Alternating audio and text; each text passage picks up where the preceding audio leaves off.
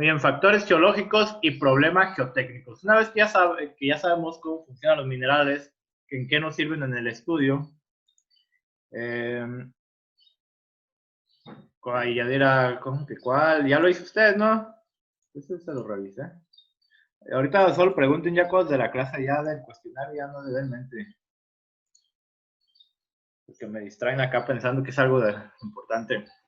Muy bien, vamos a hablar ya de los factores geológicos y los problemas geotécnicos. A problemas geotécnicos nos vamos a referir de las causas importantes de estudio cuando tenemos que realizar una construcción para que ésta cumpla con ciertos requerimientos dependiendo el terreno, el tipo de suelo.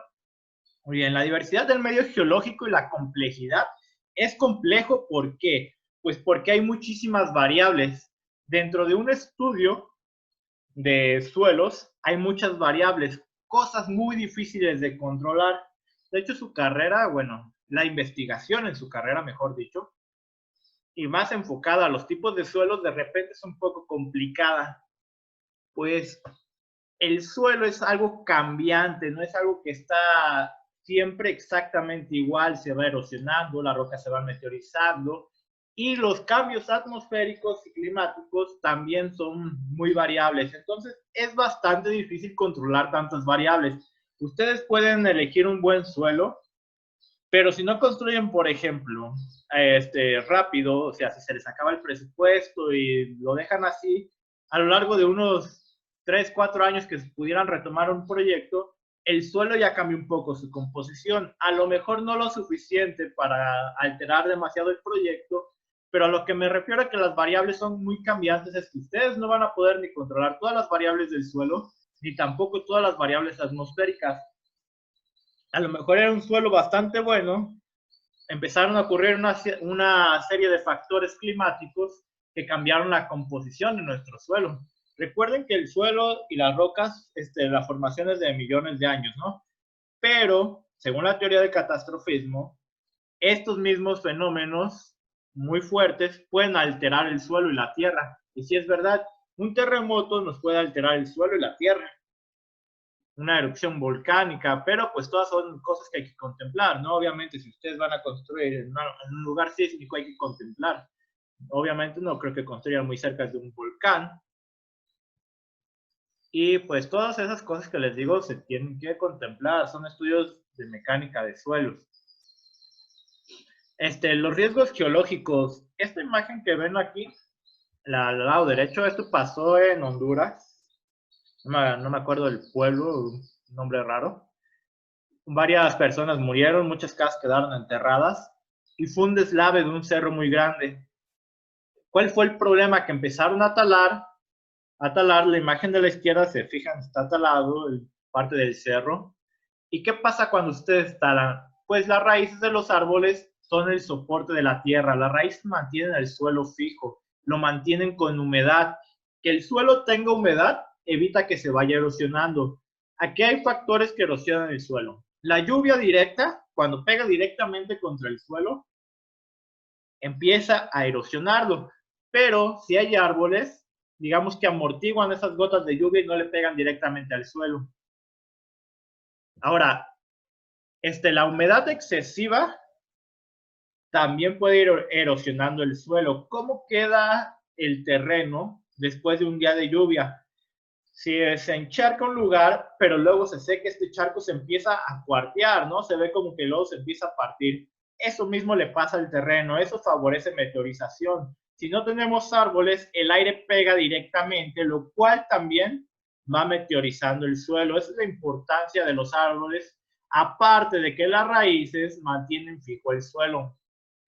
Ahora, en el momento de construir bajo un cerro, estoy seguro que aquí no se hizo ningún estudio de ningún tipo. Para empezar, Honduras es un país con corrupción y incluso mucho peor que México, ¿no? Probablemente de los peores de América. Ahora, los estudios aparte de los estudios de mecánica de suelos, hay que tener un reglamento. Bueno, no es en sí un reglamento, pero se menciona, ¿no? Es el plan de desarrollo urbano. Supongo que lo han escuchado. Existe lo que es el plan de desarrollo urbano y plan de desarrollo ecológico. Para empezar, esta zona, este cerro, esta montaña, es más bien un cerro. Este cerro es muy boscoso, tiene muchos árboles. Debería ser una zona que no se debería tocar. No se debería tocar porque según el plan de desarrollo ecológico de los estados y de cada país, estas zonas, por su inestabilidad, no deberían ser taladas nunca. Ahora, el plan de desarrollo urbano, que es diferente al de desarrollo ecológico, el de desarrollo ecológico nos dice, se nos menciona qué zonas del país se pueden talar, qué zonas son reservas, cuáles son áreas naturales, pero en el plan de desarrollo urbano se nos dice en dónde se puede construir viviendas, hospitales, gasolineras, se contempla todo eso. Aquí estoy seguro que no se hizo ese estudio y que ni siquiera tienen esos planes de desarrollo. Y si los tuvieran, les digo que de cualquier forma Honduras es un país con más corrupción que México, entonces pues no importa. Aquí en México existen, pero pues ustedes saben que construyen donde quieran. En Guadalajara, en los Colombos, o en la primavera, no, en la primavera, hay una parte de donde se está fraccionando, es relativamente nueva, y tienen un problema de inundación. ¿Por qué se están inundando? Pues porque al talar los árboles, ya no hay quien absorba esa agua, entonces corre directamente, corre hacia las calles del bosque, que obviamente va a correr el agua por el bosque, llega hacia las calles y se inunda. Entonces, sí existen los planes de desarrollo, pero ustedes saben, muchas veces el dinero importa un poco más. Pero bueno, aquí este es un fallo geológico que nosotros tenemos, este es antropogénico. Antropogénico, recuerden que quiere decir que está provocado por el hombre. Y hay que tener cuidado con todas estas cosas. En el caso de tener que construir en un lugar así, hay que contemplar los posibles riesgos. Bueno, otro importante son los terremotos, especialmente en México, ¿no? En México, pues ya sabemos, terremotos e inundaciones. México no es muy propenso a inundarse. Bueno, sí lo es, pero por el mal alcantarillado, no por su ubicación geográfica. Si no tuviéramos mal alcantarillado, probablemente ni nos inundaríamos. Estados Unidos sí lo es. Estados Unidos tiene muchas zonas que se inundan fácilmente debido a más las zonas costeras. En México también, pero únicamente cuando hay huracanes o cosas así, fenómenos muy fuertes. Y bueno, México, la Ciudad de México, a eso me refiero, está ubicada en una zona bastante sísmica, ¿no? ¿Qué pasó en el 85? Pues prácticamente la ciudad quedó destrozada. ¿Qué pasó en el 2017? Lo mismo, no se aprendió mucho del terremoto del 85. Después del 85 sí se hicieron cambios, pero no toda la gente lo hizo. En la Ciudad de México, por ejemplo, debería estar prohibido construir casas con balcones, bueno, edificios con balcones. O deberían tener un diseño bastante específico que se los permitiera. ¿Por qué con balcones no? Porque les genera inestabilidad. Otra zona que es muy sísmica en América, de hecho probablemente la más sísmica, es Chile. Curiosamente, Chile no tienen estos desastres como en México. Ahí tienen a los mejores ingenieros civiles. Lo que pasó en Chile es que también les pasó algo como en México en el 85 y después de eso aprendieron y nunca más repitieron los errores. No se prestaron a la corrupción porque si vuelve a pasar algo así, los costos económicos y de vida son bastante elevados. Entonces, pues tenemos distintos gobiernos, ¿no? Entonces, se nota bastante la diferencia. Hasta que se va comprendiendo a qué me refiero con los factores geológicos y problemas geotécnicos. Sí. Bien. Les digo, el examen ya va a ser como en 2 semanas y les voy a ir diciendo, más o menos son como 100 diapositivas, para que estudien. Pero les voy diciendo cuáles considero más importantes. Aparte de, obviamente, las preguntas que les he puesto hasta ahorita, del cuestionario 1 y 2, es algo que es muy probable que vengan la mayoría de esas. Y de aquí en adelante, de las que faltan, les voy a decir a cuál les tomen ahí una screenshot o le tomen foto, porque las considero importantes. Muy bien. Los factores geológicos son la causa de la mayoría de los problemas geotécnicos. Muy bien. Es importante conocer el suelo, conocer el tipo de roca, el tipo de tierra. No es lo mismo un suelo arenoso, un suelo limoso o con mucha grava. No es la misma forma de cimentar. No van a resistir las mismas capacidades de carga. Mauricio les da resistencia de materiales, si no me equivoco, ¿no? Sí. ¿Me podrían decir en qué tema van ahorita con él? No, sabe.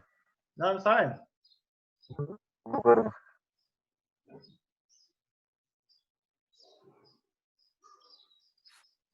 ¿No? Idea, profe. Ni Estamos bien. idea. No estamos bien confundidos con esa materia, la verdad. Es complicadita. Bueno, yo también la doy, pero en vespertino. Luego les voy a mostrar un video de un problema específico de muros, de se esfuerzan los muros, cómo hacen carga sobre el concreto y el concreto sobre el suelo, y si son capaces de resistir cada uno las fuerzas, porque el muro tiene una capacidad de carga, el concreto, la cimentación también, cada uno tiene una capacidad de carga diferente, y luego les voy a pasar un problema de los que les pongo a los de vespertino para que lo chequen. Es un problema fácil, nada más hay que analizarlo. Y pues ahí yo también tengo algunos videos de resistencia de materiales. Bueno, continuamos. Les decía, es importante conocer los problemas geotécnicos porque les digo que no va a ser la misma capacidad de carga de la grava que el de la arena o de la arcilla. Recuerden que tenemos tres tipos de suelos, arenosos, arcillosos y limosos. Cada uno tiene las partículas de diferente tamaño, siendo el arcilloso las partículas de menor tamaño, los granos más finos. Aparte de que la arcilla tiene la capacidad de prácticamente comprimirse demasiado. Vamos con el agua. Hablando del agua, este es uno de los factores de mayor incidencia en el comportamiento geotécnico. El agua, ya empezamos a hablar de estas cosas, de estos fenómenos que son a causa del agua. Recuerden que el agua es causa de meteorización y de erosión. No confundir meteorización con erosión. Acuérdense que erosión, desgaste del suelo, meteorización, el desgaste de las rocas. Y bueno, este es principal, este de aquí es clave, ¿no? Aparte de los fenómenos externos, el agua subterránea también influye bastante. Cuando el agua empieza a secarse de los pozos profundos, el terreno se empieza a volver más inestable. ¿Qué pasa en el aeropuerto, el que se quería construir en la Ciudad de México? Se construyó sobre una zona que es un lago, el cual empezaron a rellenar y el cual, según los estudios de mecánica de suelos, no había ningún problema. Pero llegó un doctor de la UNAM y dijo, no, como que no hay problema, el suelo se está hundiendo alrededor de 5 centímetros cada año. Y es verdad, o sea, ustedes saben la corrupción, ¿no? Entonces, cuando el agua empieza a disminuir del subsuelo, es como si empezara a chupar el suelo. Se empiezan a hacer los famosos socavones. ¿Se entiende? Sí. Los procesos geológicos pueden modificar el comportamiento de los materiales. Todo proceso geológico puede cambiar la composición química y física de nuestros materiales, ya sea de los minerales o de las rocas. Recuerden que en los minerales tenemos propiedades físicas, tenemos propiedades químicas. Un fenómeno natural puede modificar la forma de nuestros minerales o de nuestras rocas, pero químicamente, acuérdense que la química, cuando hablamos de químicamente, hablamos de solubilidad, de radiación o de reacción, ¿no?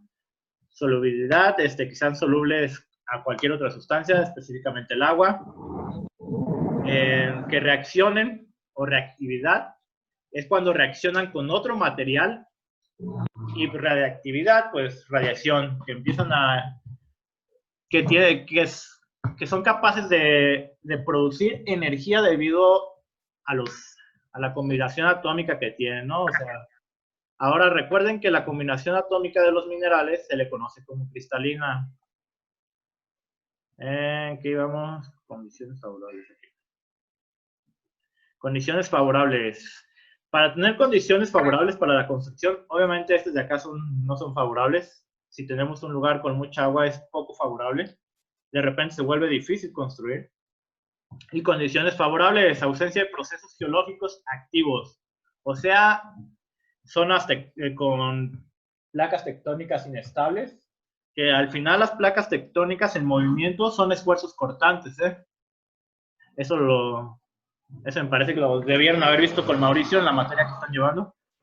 Son esfuerzos cortantes por el tipo de movimiento que tienen.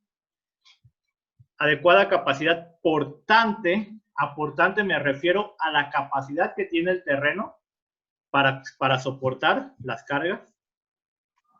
Y suficiente resistencia esta palabra es importante, antes se las pongo, suficiente resistencia de los materiales para mantener su estabilidad en excavaciones superficiales o subterráneas. Aquí, importante, esta última parte, a excavaciones superficiales y subterráneas, tiene que ver con esta parte del agua, ¿eh? Mientras más profundo se escarba un pozo, más inestable se empieza a volver el suelo, porque más agua empieza a absorber. Se empieza a sacar más agua y más agua también empieza a desaparecer. No desaparece, ¿verdad? Pero se va filtrando por el suelo. Recuerden que el suelo actúa como filtros naturales. Disponibilidad de materiales, estos siguen siendo favorables. Disponibilidad de materiales para la construcción de obras de tierra. Ya esto depende de cada región. Obviamente hay regiones con más disponibilidad de ciertos materiales. Estanqueidad de las formaciones geológicas para almacenar agua o residuos sólidos o líquidos. Y por último, facilidad de extracción de materiales para su excavación. Aquí les tengo unas imágenes de unas cosas que son importantes, unos conceptos. Este concepto de talud es esto.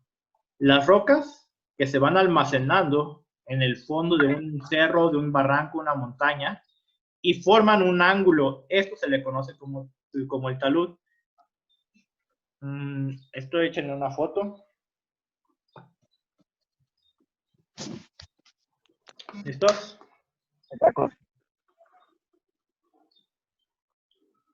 Okay, se acaba el tiempo de la videollamada. Bueno, influencia de la lictología. ¿Qué era la lictología?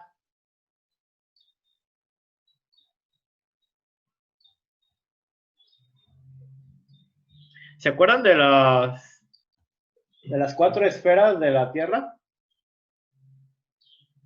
¿O las 4? ¿Cuáles serán? La biosfera, la atmósfera, la hidrosfera y litosfera, ¿no? esa. Entonces, ¿la lictología qué es? Pues aquí está, ¿no? La litología es la parte sólida. Acuérdense que si la litosfera es la parte sólida de la Tierra, las rocas, la tierra, minerales. Entonces, hablando de litología, aquí tenemos lo que son las rocas duras, las rocas blandas, los suelos duros, suelos blandos, y cómo se van a comportar y de qué están formados. Por ejemplo, rocas duras. Van a estar formadas de minerales duros y abrasivos. ¿Cuáles van a ser los problemas geotécnicos que vamos a tener con este tipo de suelos? Abrasividad y dificultad de arranque en la obra. Están formados de minerales como granito y cuarzo. Aquí les tengo diferentes situaciones para cada una de estas. Vean, la más llamativa va a ser la torre inclinada de Pisa, que está inclinada por un asentamiento diferencial. En la materia anterior les pasé un video de lo que era un asentamiento diferencial, ¿lo recuerdan? Ya no, la del cuatripasado. Sí, profe. Bueno, ¿Qué yo era? sí. Profe, ¿en serio la torre de Pisa no fue así adrede? No, es un asentamiento diferencial.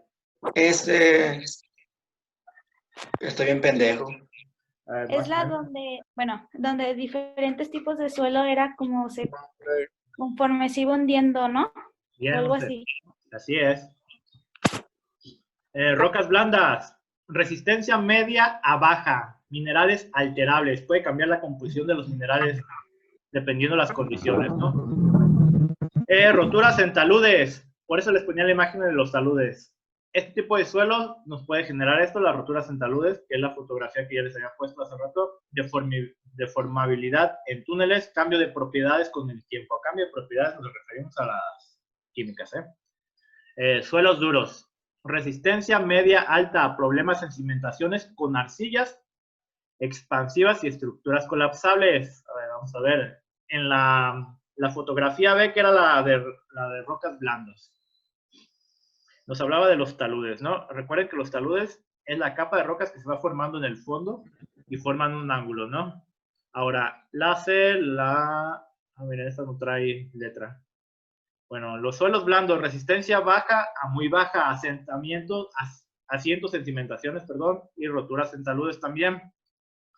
La torre inclinada de Pisa es el ejemplo más claro de lo que es un asentamiento diferencial, ¿eh? Y es tal cual lo que dijo. En un solo terreno pueden tener más de un tipo de suelo, pueden tener 2 tipos de suelo, y cada uno tiene diferente capacidad de carga, lo que hace que suceda este fenómeno. La parte del suelo con menos capacidad de carga se empezó a hundir, la cimentación se empezó a enterrar un poco más, se empezó a hundir y pasó esta inclinación. Y por último, suelos orgánicos y biogénicos. Biogénicos se refiere también a la parte orgánica, que tiene mucha actividad biológica. Recuerden que la biosfera era la parte de los seres vivos, ¿no? Muy bien, alta compresibilidad, estructuras metaestables. Y vamos a ver que nos habla de colapsos y nos dice que la fotografía de... ¿Qué notan en la fotografía?